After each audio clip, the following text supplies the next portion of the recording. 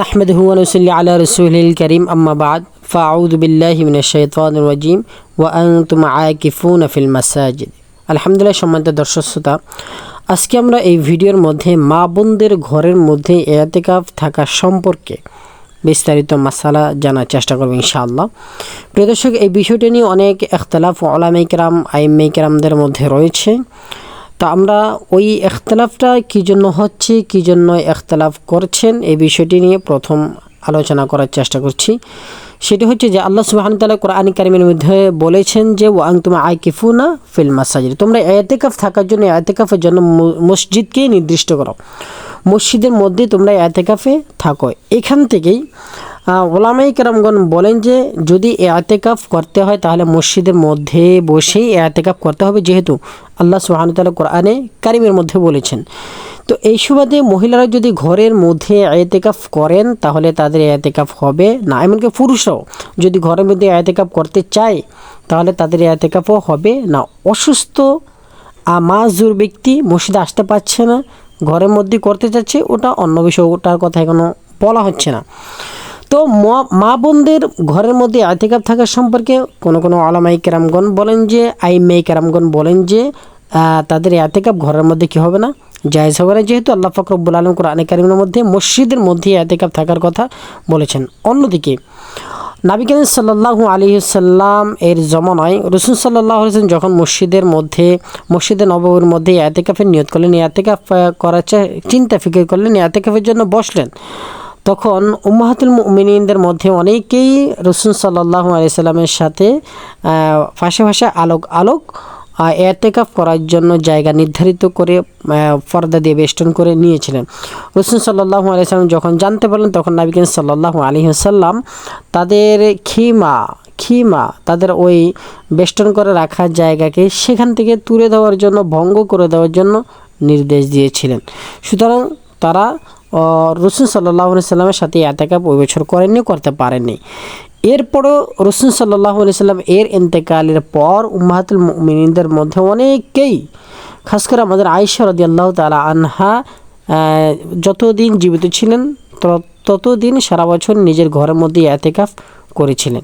এই সুবাদে উলামায়ে কেরামগণ আইম্মায়েগণ বলেন যে মা বোনদের ব্যাপারে ঘরের মধ্যে ইতিকাফ করাটা কি আছে, জায়েজ আছে। তো ইমাম আবু হানিফা রাহমাতুল্লাহি আলাইহি এই ব্যাপারে জায়েজ বলে থাকেন। অন্যান্য ইমামগণ বলেন যে না, যেহেতু আল্লাহ পাক রব্বুল আলামিন কোরআনে কারীমের মধ্যে মসজিদের ভিতরেই ইতিকাফ করার কথা সুস্পষ্ট বলে দিয়েছেন, এই সুবাদে মা বোনরা যদি ইতিকাফ করতে চায় তাহলে মসজিদের মধ্যেই করবে, এছাড়া অন্যত্র নয়।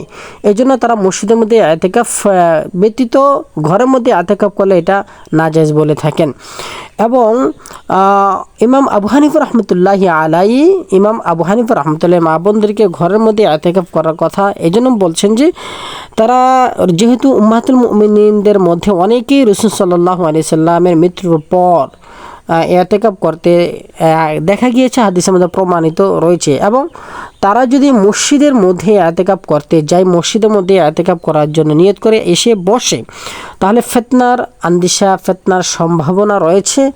এই জন্য ফিতনা থেকে বাঁচার জন্য মা বোনদেরকে ইতিকাফ করার হুকুম ইমাম আবু হানিফা রাহমাতুল্লাহি আলাইহি ঘরের মধ্যে দিয়েছেন। প্রিয় দর্শক, এখানে একটি কথা সকলেই জেনে রাখাটা আবশ্যক যে সমস্ত আইম্মায়ে কেরামগণ বলেন যে মা বোনদের ব্যাপারে মসজিদে এসে ইতিকাফ করা যাবে, মসজিদেই ইতিকাফ করতে হবে, তাদের দালিল আদিল্লাকে আমরা 100% মানে একদম বানাওয়াট বা এটা ঠিক নয়, তারা গোমরা হয়ে গিয়েছে, তারা দিন থেকে সরে গিয়েছে, এরকম বলার সুযোগ নেই। যেহেতু তাদের ব্যাপারে, তাদের কথার উপরে গ্রহণযোগ্য দলিল প্রমাণ আদিল্লা রয়েছে। এবং যে সমস্ত উলামায়ে কেরামগণ আইম্মাগণ যেমন ইমাম আবু হানিফা রাহমাতুল্লাহি আলাইহি বলেন যে মা বোনরা মসজিদে নয় ঘরের মধ্যে ইতিকাফ করবেন, তাদের এই কথা এই জুমহুরে উলামায়ে কেরামদের এই কথাকে রদ করার কোনো সুযোগ নেই, যেহেতু এই বিষয়েও একদম সহিহ এবং প্রমাণিত মজবুত দলিল রয়েছে এই বিষয়ে যে মা বোনরা ঘরের ভিতরে ইতিকাফ করতে পারবে। সুতরাং এইরকম ইখতিলাফি মাসালার মধ্যে ইস্তেদলাল করাটাই হচ্ছে উত্তম তরিকা। ঠিক যে যেই পক্ষেরই কথা আমি মানি না কেন, ওই পক্ষের কথার উপরে পুরোপুরি একিন এবং বিশ্বাস যদি আমার হয়ে থাকে তাহলে আমি ওই পথকে অবশ্যই গ্রহণ করব, নচেত ওই পথকে গ্রহণ করব না। এবং তারা একদম গুমরা হয়ে গেছে কথা বলার সুযোগও নেই। প্রিয় দর্শক, আসুন এখন আমরা জেনে নিই যে মা বোনরা যখন ঘরের মধ্যে ইতিকাফরত অবস্থায় থাকবেন তাদের জন্য কি কি করণীয় এবং কি কি বর্জনীয়। ওটাই যে পুরুষদের ব্যাপারে যে হুকুম মা বোনদের ব্যাপারে একই হুকুম রয়েছে, তাদের ব্যাপারটা কিছুটা আলাদা এবং ভিন্ন হয়ে থাকে। সেটা হচ্ছে যে মা বোনরা ঘরের মধ্যে নির্দিষ্ট একটি স্থান যাচাই করে নেবেন, নির্দিষ্ট একটি স্থান, ওখানে বসেই ইতিকাফের নিয়ত করবে। একটি কামরা, একটি রুম, ওখানে তাকে ওই কামরার মধ্যেই সে তাকে সীমাবদ্ধ করে নেবে। অনেকেই দেখা যায় যে পুরো ঘরকেই ইতিকাফের জন্য নিয়ত করে ফেলে, এটা ঠিক নয়। একটি নির্দিষ্ট কামরা, নির্দিষ্ট ঘর, নির্দিষ্ট রুমকে ইতিকাফের জন্য, মা বোনদের ব্যাপারে ইতিকাফের জন্য সে নির্দিষ্ট করতে হবে, নির্দিষ্ট করে ওখানেই সে ইতিকাফে বসতে হবে।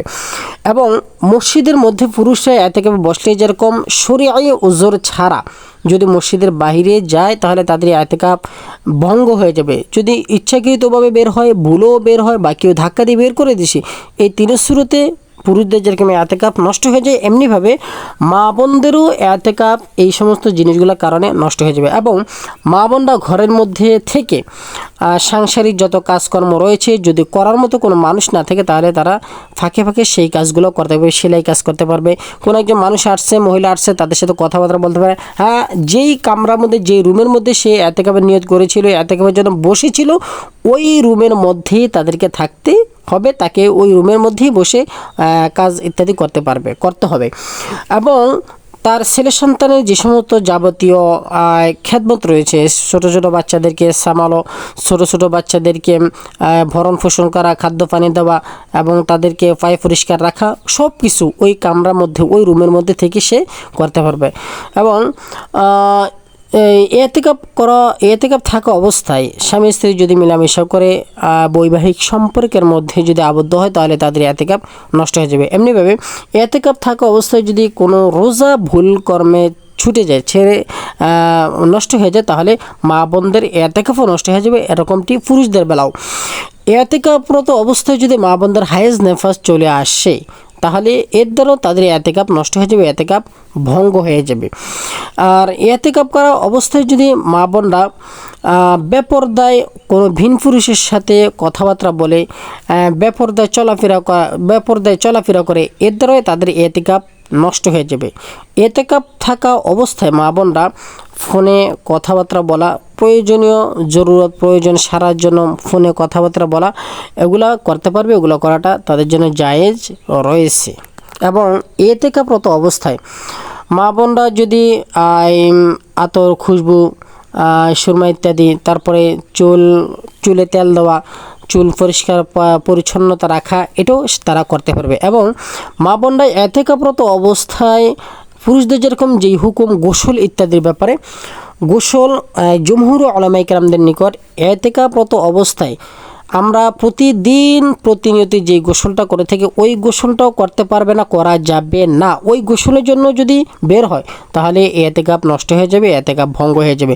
ফরজ গোসল যদি হয়, অনেকের কোনো মা বোনদের যদি ইতিকাফরত অবস্থায় যদি স্বপ্নদোষ হয়ে যায় তাহলে ওই অবস্থায় ফরজ গোসল করার জন্য দ্রুত ওই রুম থেকে বের হতে পারবে।